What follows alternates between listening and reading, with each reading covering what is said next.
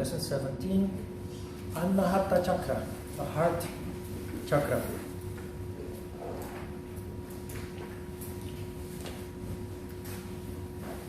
Opening up the Heart Chakra is one of the big achievements in yoga. We mentioned a couple of times before about the principle of energy rising up,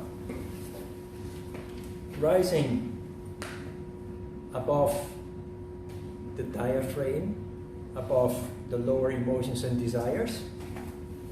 And the first chakra that energy comes across is the Heart Chakra, Anahata Chakra. That opening up happens very gradually, very slowly. You barely notice. There are no spectacular effects accompanying the opening up of the Heart Chakra. But yoga practitioners do feel the characteristics that come with the start of an opening heart chakra. That is the increased sensitivity that comes with it. That very often, not always, but most yogis, most yoga practitioners go through a temporary stage of emotional instability. And that is not always pleasant, but if that happens, you have to know that that is a temporary stage, after which everything will become calmer than it has ever been before. But it is a necessary stage, because characteristics of a yogi is not only the open heart chakra, but increased sensitivity is part of that, and with that also comes increased consciousness, which is our asset.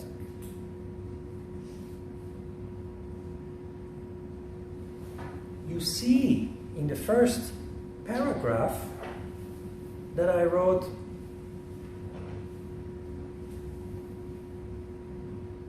the cause of the heartbeat is the pulsation of the causal body, karana sharira, which reflects in this center. The pulsating happens under the influence of karma. There will not be many of you who understand this. The causal body is the crown chakra. The crown chakra is your soul, or soul consciousness, spirit.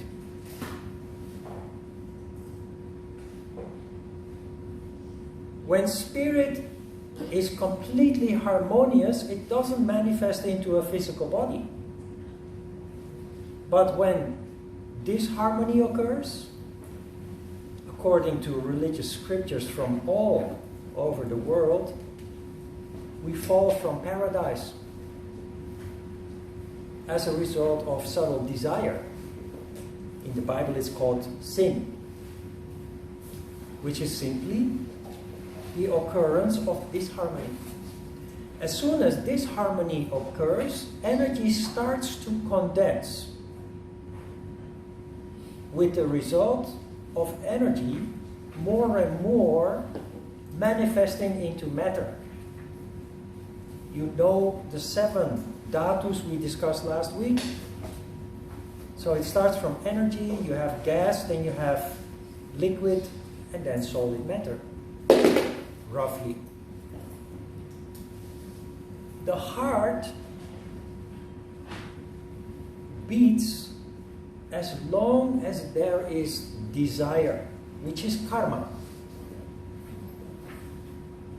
Now you remember the story I told you about my grandfather, who seemed very content. He was so content that he simply passed away in his sleep without any disease, rather young, considering the health that he was still in. He just had no desire at all. No ambition, no desire, nothing to be passionate about. He was done.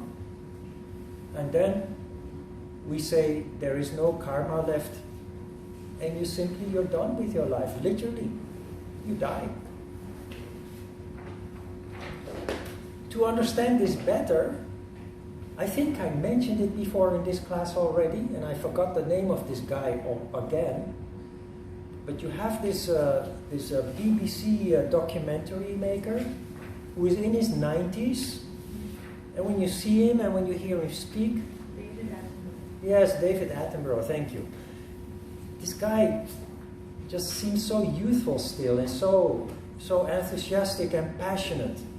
He still has many things to do in his life, and that is karma. That is what keeps him going, what keeps his heart literally going.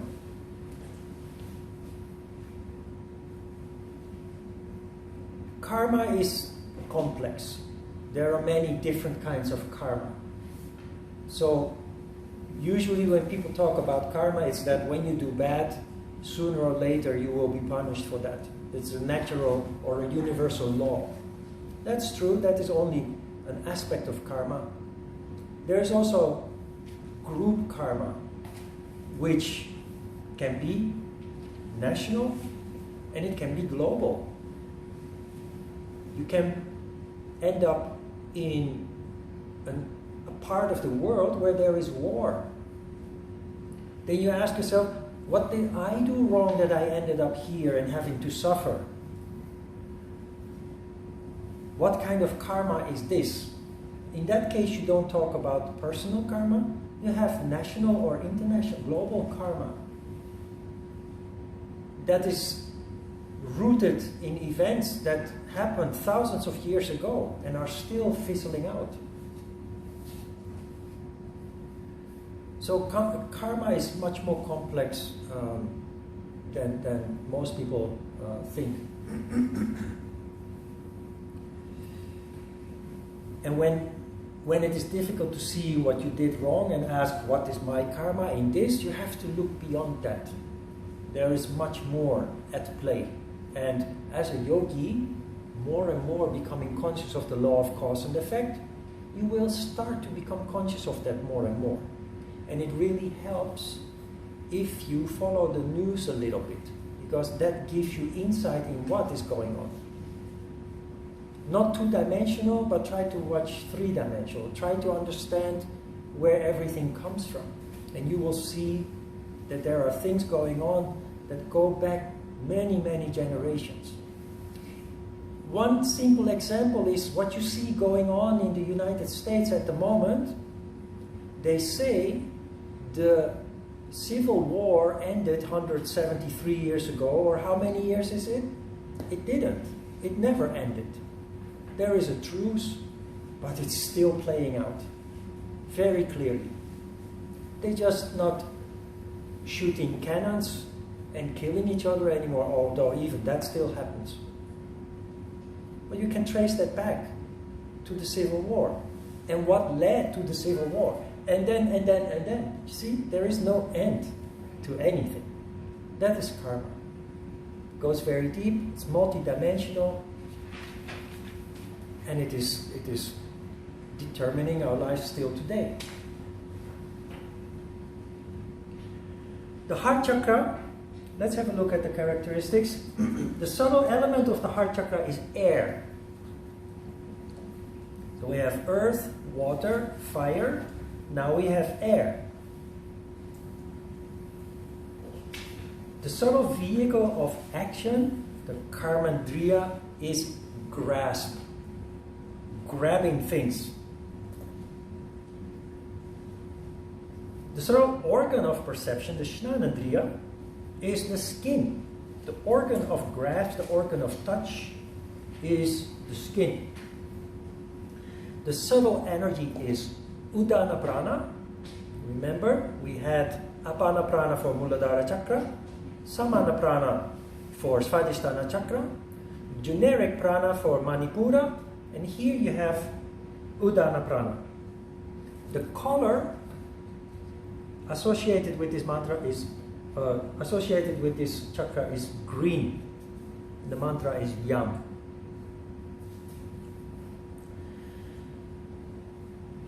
First, the subtle energy, Udana Prana.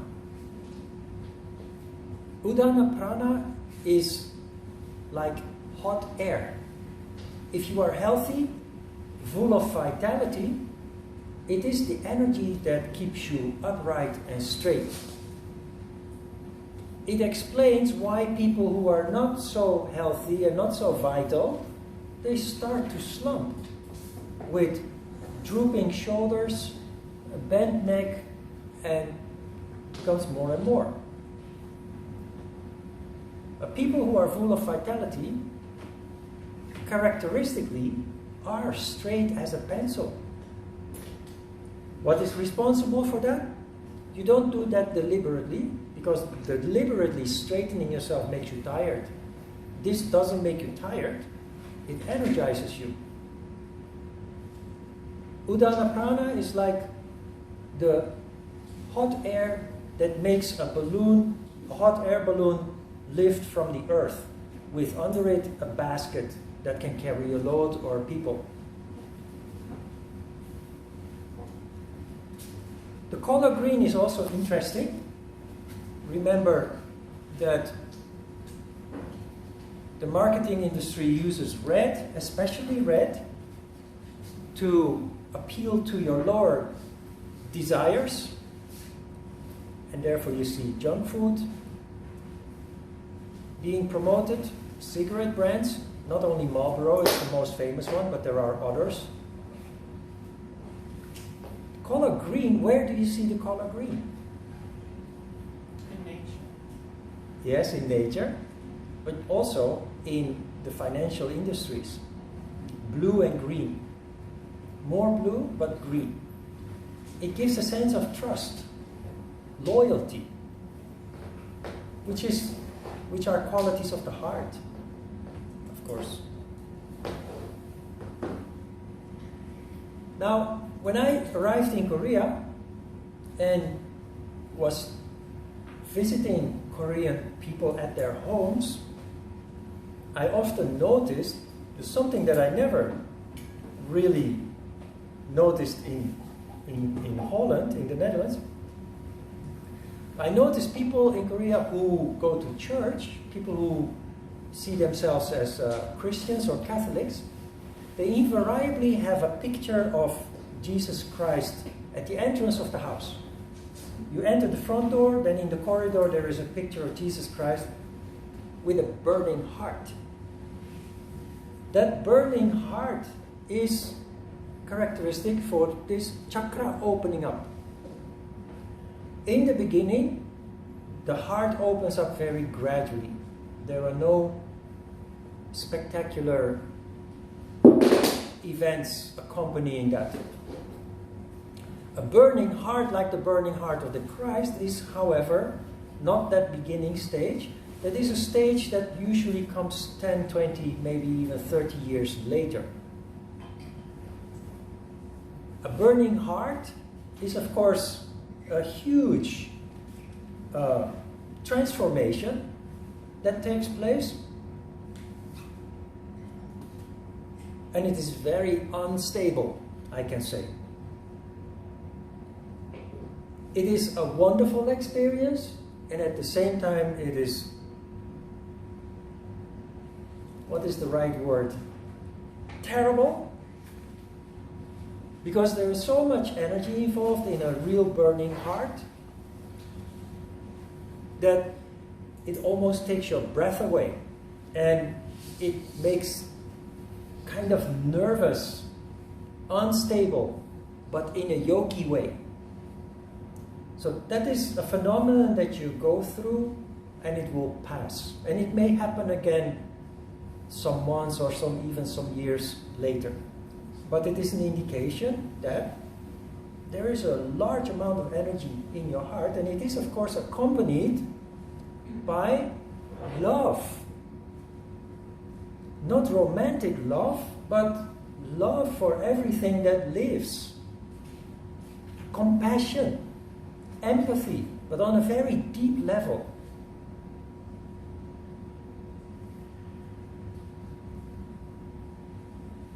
Characteristic for the heart chakra, if you have the right illustration of the heart chakra, is that in the center of it If you look at the one at the bottom left, right side bottom of the first page, you see that there is a deer. Animal, deer, sasan in Korean. The deer, what is the characteristic of a deer? A deer is super alert. And this is a quality that we develop, but often we find ourselves lacking it. This sounds a little bit strange, but a human being has a tendency, until we practice yoga, a large part of our functioning is determined by subconscious thought flow. Now, as yogis, we become gradually more and more conscious, but in the beginning stages, the first couple of years, we see that we are going back and forth between alertness and ignorance. And it is in this ignorance, in those moments of ignorance, that we often bump our head into a wall. That we often make mistakes, that when we realize what happened, we say, oh my God, I did it again. Or, oh my God, how could I have been so stupid? That is natural, but it is important that you pursue more and more to function in a conscious way. Simply because you are more sensitive than before, or compared to other people, you are more vulnerable than before, or compared to other people. And that leads, of course, to suffering. Suffering more than other people, or the condition that you were in before. And so naturally, you must, it is a duty to yourself that you are more and more alert. And that is what the deer is representing here.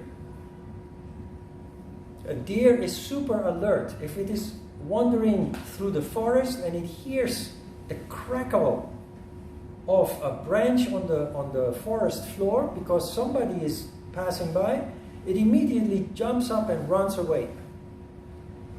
But that is the sensitivity and the alertness that we not just develop, but must develop. And every time, because it is only human, every time we slacken off, every time we don't pay attention, we simply get hit. We simply experience something miserable or painful. And when that happens, do not do like normal people do by drowning in that suffering, but let it be a signal, a warning to pay more attention, to try to avoid slackening off further down the line. But keep in mind also, do not always beat yourself over the head because of this, because it is human. And it is simply a matter of time that you shift from subconscious life to conscious life to being alert. But that is a very long process, a process of years in which you fluctuate. You are not always in that condition of alertness because it's only human to fall back in that condition of ignorance. So just accept it as part of the process.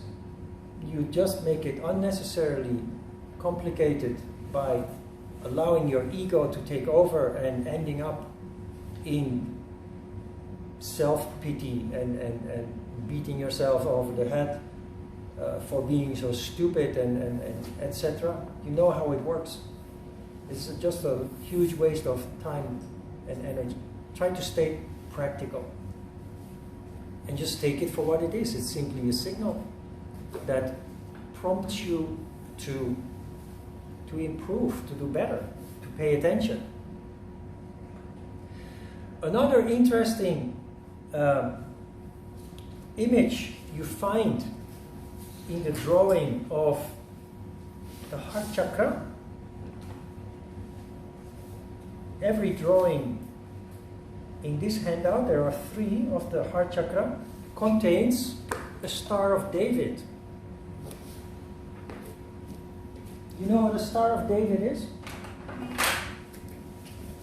Star of David, if you know what it is, you probably remember the Israeli flag. Because the Israeli flag has a Star of David in its center. This is a Star of David. The meaning of the Star of David is very interesting. You see in the handout that I explained that is where Shiva and Shakti come together. But that doesn't mean anything if you don't understand it yet. Star of David is in the Heart Chakra. The Heart Chakra opens up when sattva occurs at that level, which means Shiva coming down, because Shiva moves from the top to the bottom. That is the first triangle represents Shiva coming down.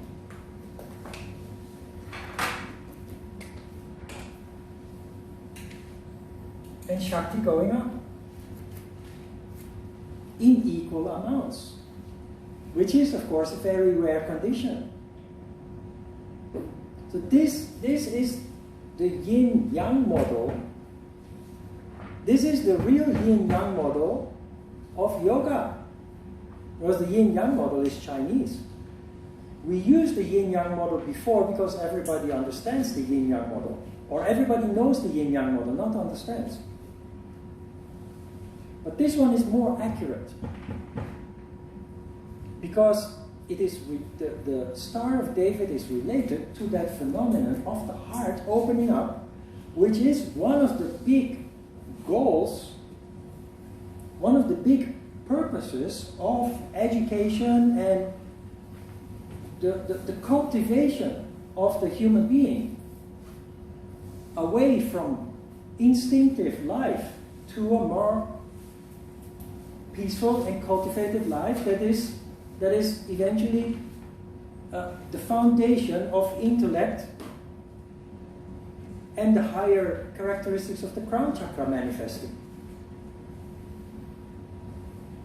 So, to make it practically more understandable, the Star of David is not present when there is no sattva, because this triangle will be far down and the other triangle will be somewhere scattered, not forming a Star of David at all. So the reason why it is inside the heart chakra, it's of course symbolism, but it is indicating the importance of creating sattva, not only just sattva, but especially in the heart. Equal amounts of Shiva going down, Shakti going up. And that is when naturally empathy, compassion, unconditional love manifest.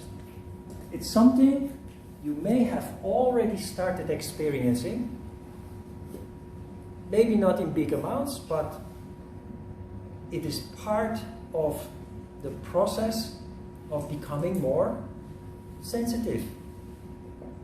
Because your sensitivity is mainly your awareness of other, not only people, but beings suffering,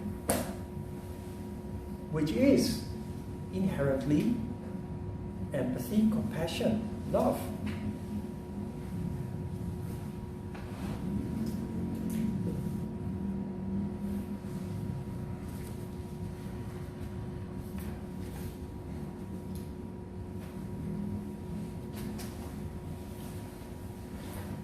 Page 2, the functions of this center are, among others, higher desires like love, but also hate, sympathy, empathy, vocation.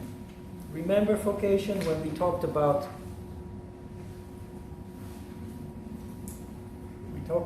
there was Svatisthana Chakra, self, manifestation of the real self, self with capital S. And of course we know this from being in love, and vice versa, from a broken heart.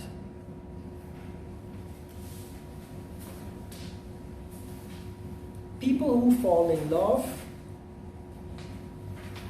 have an activation of the Heart Chakra. Unfortunately, that often doesn't last so long. We have to talk here about unconditional love. I see those of you who recognize this are smiling, kind of ironically, in a way. Falling in love is beautiful, but because we don't understand it, it brings us very high, heaven, only to then make us fall very low. Hell. You understand heaven and hell? A Catholic or a Christian priest will tell you that you must live your life well so that after you die, you may be allowed to go to heaven. And if you don't, you end up in hell, burning in hell. So there are many people who say, who cares what happens after I die? I live now. You only live once. So, what the heck? Leave me alone, let me live. Heaven and hell are here and now, not after you die. And most people live in this condition that we call hell. It has nothing to do with some creature with a trident and goat feet and horns on its head. That is all symbolism. The fire under those feet, that is your suffering. The condition we call hell, that is our doubt, our fears, all the conflicts that we have, suffer from in life. So the reality is, practically, all of us are, to some extent, living in hell. And by paying attention with the alertness of the deer, you can more and more avoid that, and life will become more and more like paradise. But it's very easy to fall out of it again. It's not a permanent condition. So we have to work. This means we have to work. And when we fall in love, we go very high, and soon we fall down because we have no idea what is happening. It feels good. And then suddenly we find ourselves, we start to doubt the person we fell in love with. Our insecurity takes over. Where were you last night? I tried to call you and you didn't answer the phone. Let me see your phone. I want to read your email. Why don't you let me?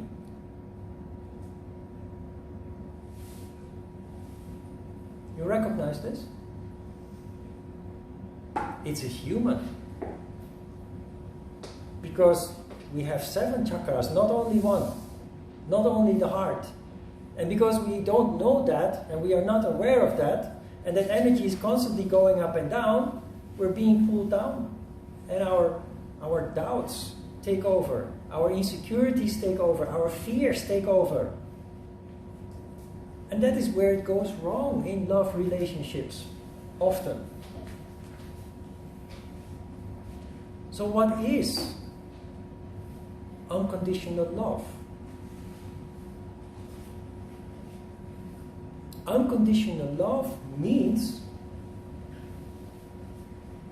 total trust of your partner. It means that when you feel suspicion, doubt, fear, that the origin of those sentiments lies within you and not in your partner. Because we don't understand that, we end up conflict. We end up fighting with our partner because we project our fear, our suspicion onto our partner. And the partner will say, "What the hell did I do wrong? Why are you treating me like that? I didn't do anything." Unconditional love, parents will be confronted with unconditional love. It means to be able to let each other go. As a parent, you have to be able to allow your child the freedom to make mistakes. As a parent, we have to allow our child to get hurt. Why? Because that is what makes people grow. That is what makes people mature, develop. If we protect our child for the first 25 years of their lives in a very safe bubble, the child remains a child. Doesn't grow up, doesn't become strong, mentally strong. And in terms of relationships, it means to be able to let your partner go if that seems to be what is required. Let me try to explain that, because this seems very awkward. I'm in a relationship with you, and you're always talking about going to Australia. You read books about Australia, you've been there on a vacation, and you keep talking about Australia, the experiences that you had there.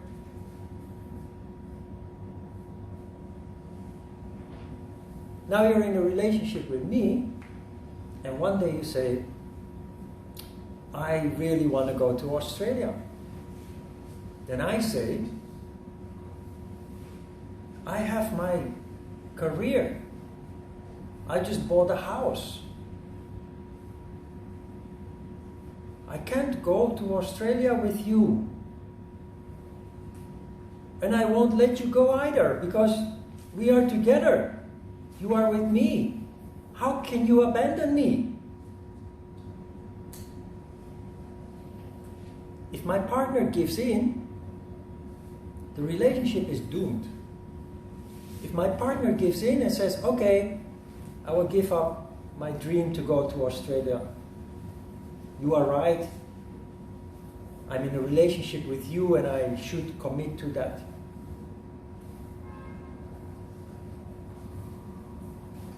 Why am I saying that the relationship is doomed? Because I just killed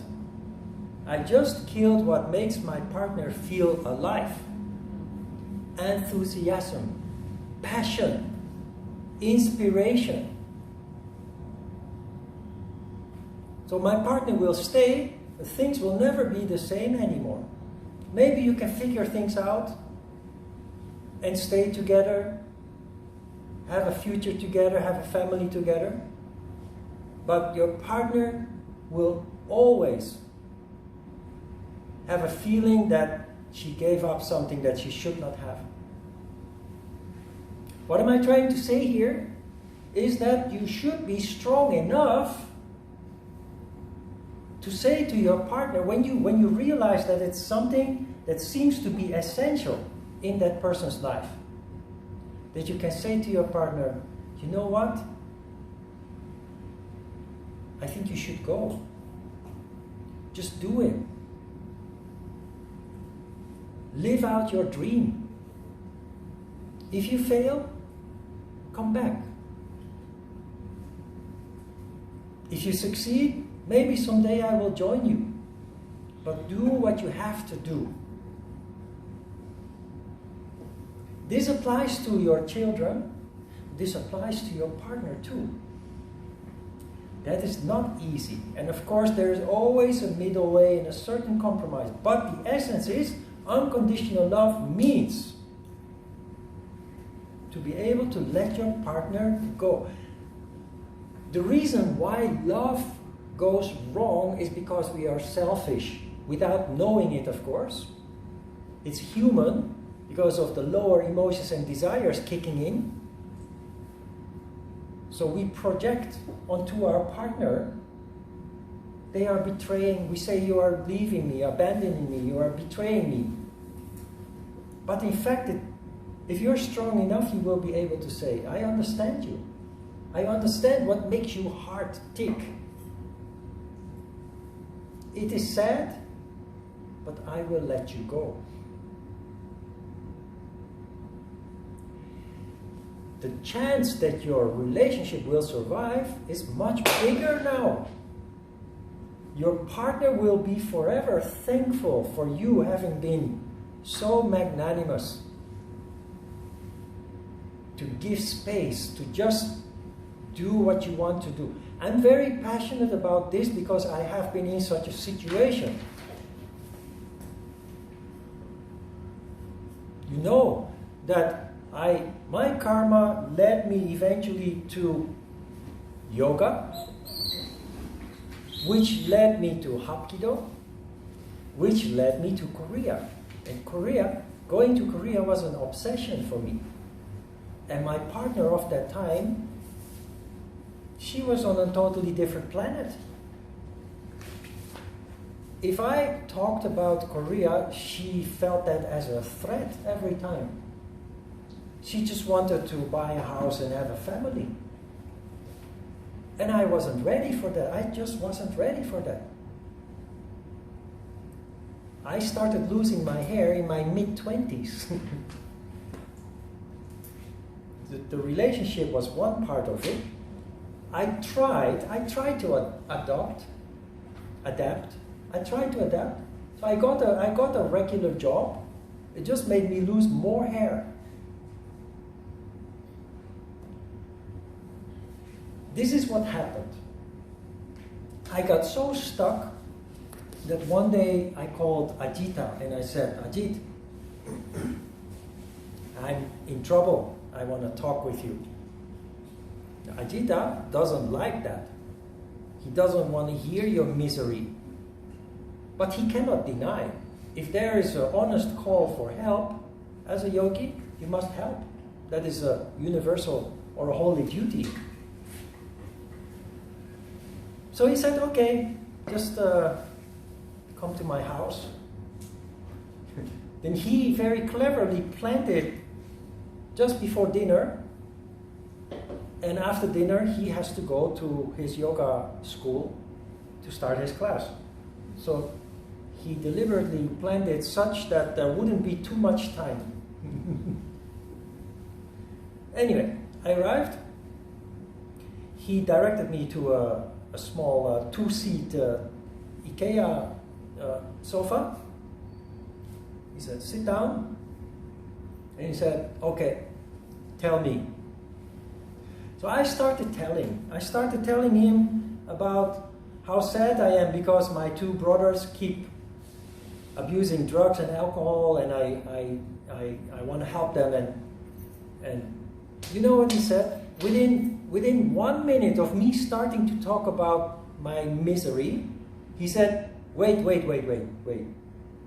He said, Ron, don't talk about your misery. Don't talk about your past. He said, what do you want? So I said, what I really want, I want to go to Korea. Then he said, okay, what do you need to do to get there? Then I said, I need to finish my course with you. I need to finish my night school, evening education. And I need to save enough money to be able to stay at least for 2 years in Korea. So then he said, okay, stop thinking about all your misery and just go to work. Do what you need to do. Come back to class. Finish your night school. And with your work, get money to go. From that moment on, it changed everything. That is the best advice that I ever got in my life. Stop talking about your misery. What do you want? Okay, then go to work. Stop thinking about your sadness and your failures and your past, your childhood. Go to work. The best, most practical advice I ever had. If I hadn't had that conversation with him then, I wouldn't be here now. But it also meant giving up my relationship. And I didn't push it. We stayed together as long as possible until the day that my partner said, from herself, spontaneously, it's time I have to let you go. And for me, that was a huge relief. I didn't want to hurt her because my heart was active. I can't hurt people. So it took years for her to come to the point that she realized from her heart, it seems I have to let you go. So she registered to get her own house. I took 3 weeks off from my work and I helped her to put carpet on the floor, wallpaper, paint, the woodwork and things. I helped her with everything. We separated, but with love. We couldn't continue with love. We separated, but with love. For many people, that's impossible. Especially Korean people. Sorry, Korean people. If a relationship finishes with most people, they never ever want to see you anymore, not hear from me anymore. I still have contact with people from the past, including my past partners. If I have a Korean partner, then find out about me having contact with a partner from 30 years ago, all hell breaks loose. Right?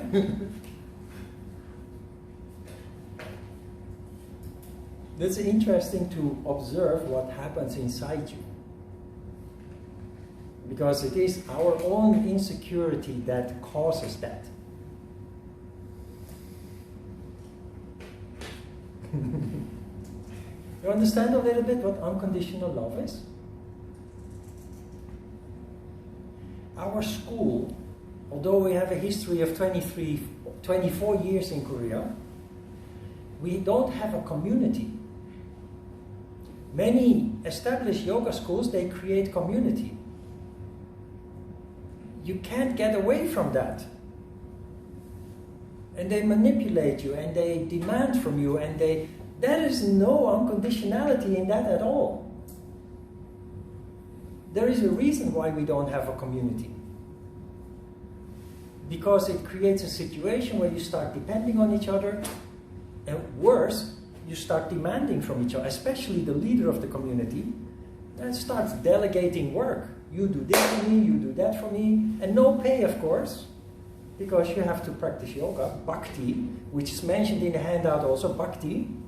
I think I mentioned it before. You go to bhakti yoga, the first thing that the teacher does is give you a bucket and a mop. You want to practice bhakti? You can start cleaning my floor, wash my windows. And that's not bhakti. Bhakti is unconditional love. Your heart opens up. So bhakti is not a yoga, it's a developmental stage. You are already in bhakti. When your heart is opening up, you become more sensitive and you start naturally wanting to serve. You start naturally wanting to help. That is related to the development, the opening up of the heart chakra.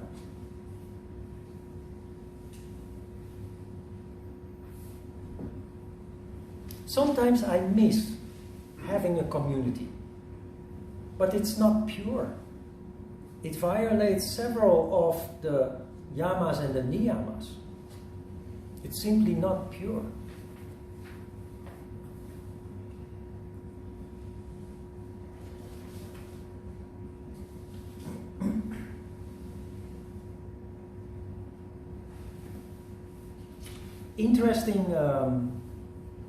Interesting fact. You see on page 2, you see an illustration with a yogi lying lazily on a bed of nails. The bed of nails is not so important, that is tapas, a show of tapas. But the text next to the illustration explains that technically, if the heart is in total harmony, which is the air center of air, remember? The subtle element of this chakra is air. The implication is that if there is total harmony in the heart chakra, you could live without air.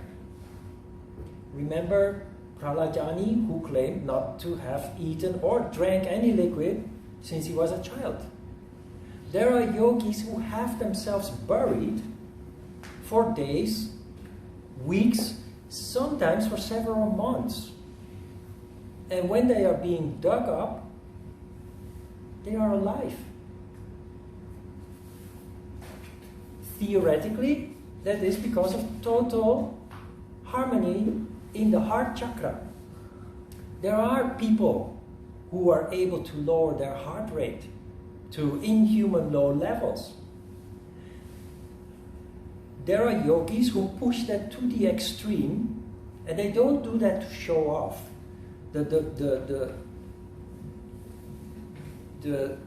purpose of this, the motivation is pure. It's not to show off. But yogis, especially in ancient times, they distinguished themselves from the normal people by showing their capability, by showing that they are able to do things that are normally not possible. And lowering all the vital functions is one of those things. The whole idea of magic, performing of magic, there are still traditional schools of magic in India. The whole idea of magic is control of energy, control of the gross world. So it's not for circus or to show off. Of course, for children it's enchanting, it's interesting. It can be used in a negative way by fooling people. I just read an article from the BBC that an Indian doctor bought an oil lamp that looks like the lamp of Aladdin, and he paid like $40,000 for that lamp, being promised magical properties. And of course it didn't. So he went to court, and that's how it ended up in the website of the BBC. Just check the BBC today and you will see there is this story. Magic is nothing else than control of the world of gross matter, and it is actually part of yoga. As a yogi, you can learn medicine, you end up with Ayurveda. You can learn about the stars and the planets, and you end up with astrology. And magic is also a part of yoga. Yoga is a foundation, and you can then specialize once you are evolved as a yogi. Magic is one of them. Lowering your heart rate is actually, in the animal world, there are animals who do this naturally. It's called hibernation. Animals do that instinctively, and depending on the changing of seasons. The yogi can do it whenever they choose to do it, regardless of the time, the place, the season. So yoga books say that you will become the master of the universe. Then people have visions of Star Wars flying through the universe, and you see in ancient illustrations, you see people flying on a magic carpet. That's all symbolism. Practically what Master of the Universe means is being in control of things that normal people are not in control of. Lowering the heart, lowering all the vital functions, and you prove your ability by having yourself publicly buried. And then unburied, dug up after a while. Days, weeks, or sometimes even months in extreme examples. There is a guy in Holland who spent years in India in a school of magic. And this guy became very famous because nobody understood how he did what he did. He seems to float in public. He goes to Leidseplein. Have you ever been to Amsterdam? Leidseplein is a place where buskers go show off their skills, music, also yogis. And he would hang in the air. And people not believing what is happening there, they would check front and left and right and back. They would put their hand under him to see if there's... And nobody can find what he's doing and how he's doing it. As a result of this ability, I still don't know how it works, and it's not so important. But he gained attention from KLM, which is the Dutch national... say again? Airline? Yeah, airline. So instead of a hat in front of him where people throw coins, he got paid big money by KLM to put himself against the front, the facade of a building without anything supporting him, attracting attention to the brand KLM.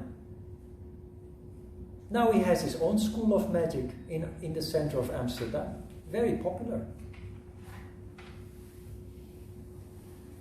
The magic is nothing else than understanding energy and controlling it. And if you don't understand what's going on, you just don't believe your eyes, what is happening there. It's until today, this guy has still refused to explain how he's doing it. But people cannot find any stick, any support, any ropes, or anything that keeps him in place. But he's doing it. It's really amazing.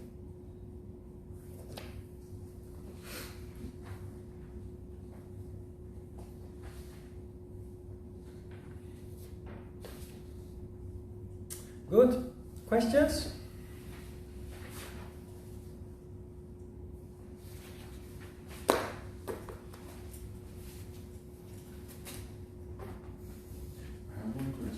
Yes, Ali. You described that at the beginning of the class.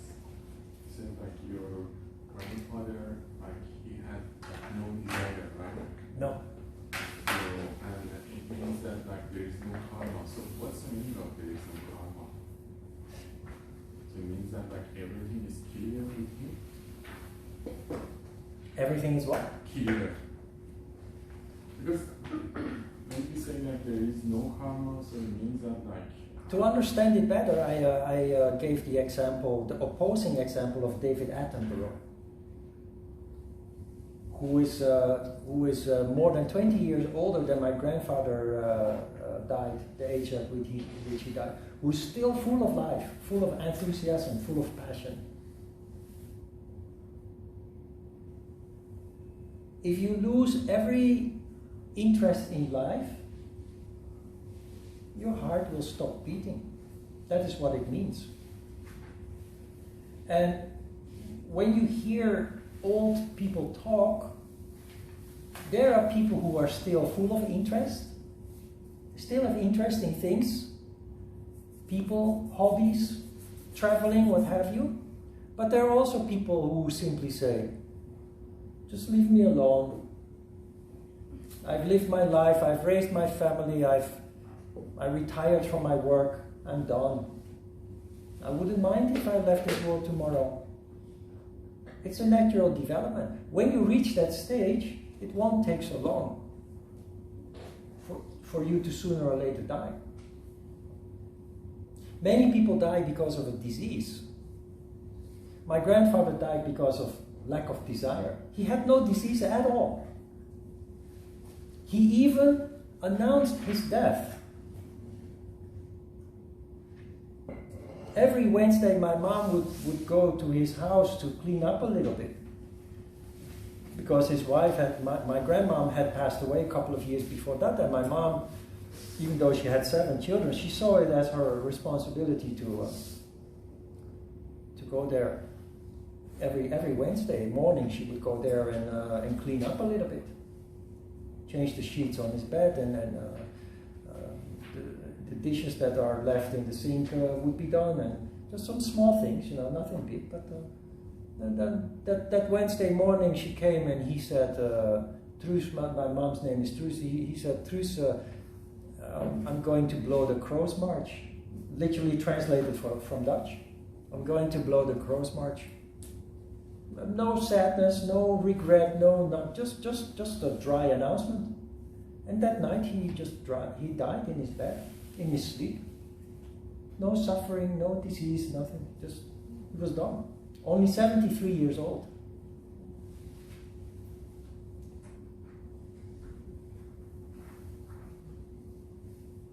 Well, I told you before, it sounds like a very admirable thing, but part of the story is that he didn't care about his family. His attitude, he didn't provide for his family in a very difficult time, in a crisis, famine. He was very lackadaisical, I think is the English word. So that meant his wife and children, they were basically suffering because of it.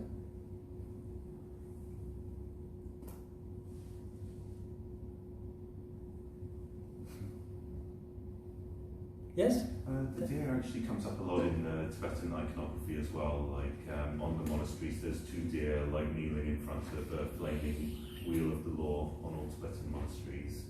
And also in Tibetan rituals, the deer is a symbol of the human spirit, like being attacked by people dressed as predatory birds that represent the different poisons. Okay. Is there do you see any connection with what I explained about the symbolism of the deer in yoga?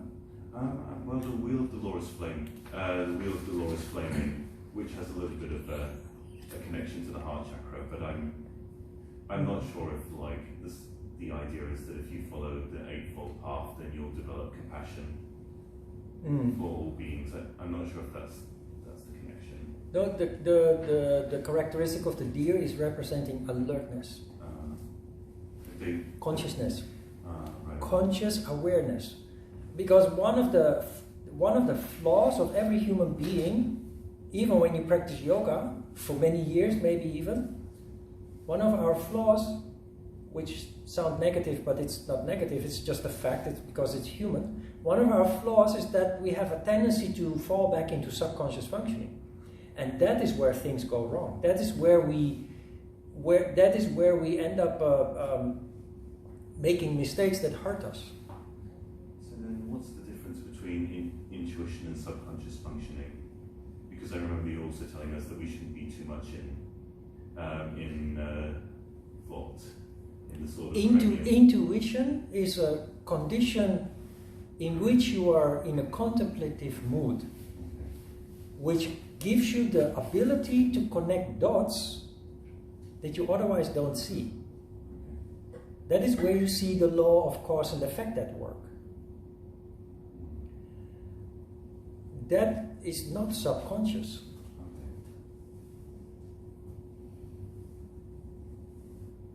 But we do need intellect, rational thought, to understand what intuition is telling us. if we don't understand what the intuition is telling us, it can lead to superstition. It can lead to unwarranted fear. So they have to go together. They have to go hand in hand. So I think I explained before, the sad reality is that ancient people, without the benefit of education, so lacking rational thought, intellect, they were very well connected with nature, with the environment, with the universe. Intuition, they had very strong intuition. But they were lacking understanding of what they sensed. And it ended up people being very fearful. The modern human being is the opposite. We have a very highly developed intellect, but it's so strong that it totally pushes out intuition. Of course, that is a very black and white picture that I'm painting here. The reality, there are of course many people who are somewhere in between.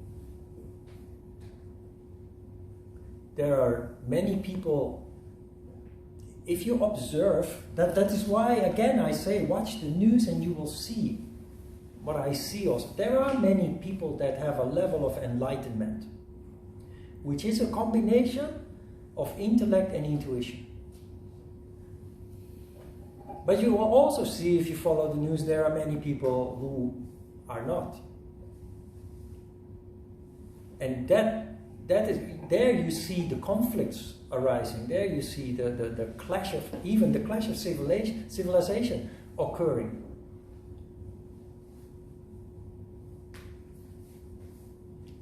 When there is intuition and intellect that work together, you do everything you can to avoid conflict. If you are a leader of a country, you have at your disposal an army, but you will only use it if it is unavoidable. For the rest, you will let the diplomats do their work. And you'll be a diplomat yourself as much as possible. That is also an expression of the heart.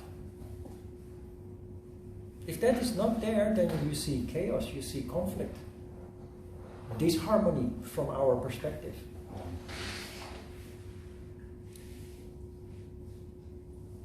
Okay, let's have a short break.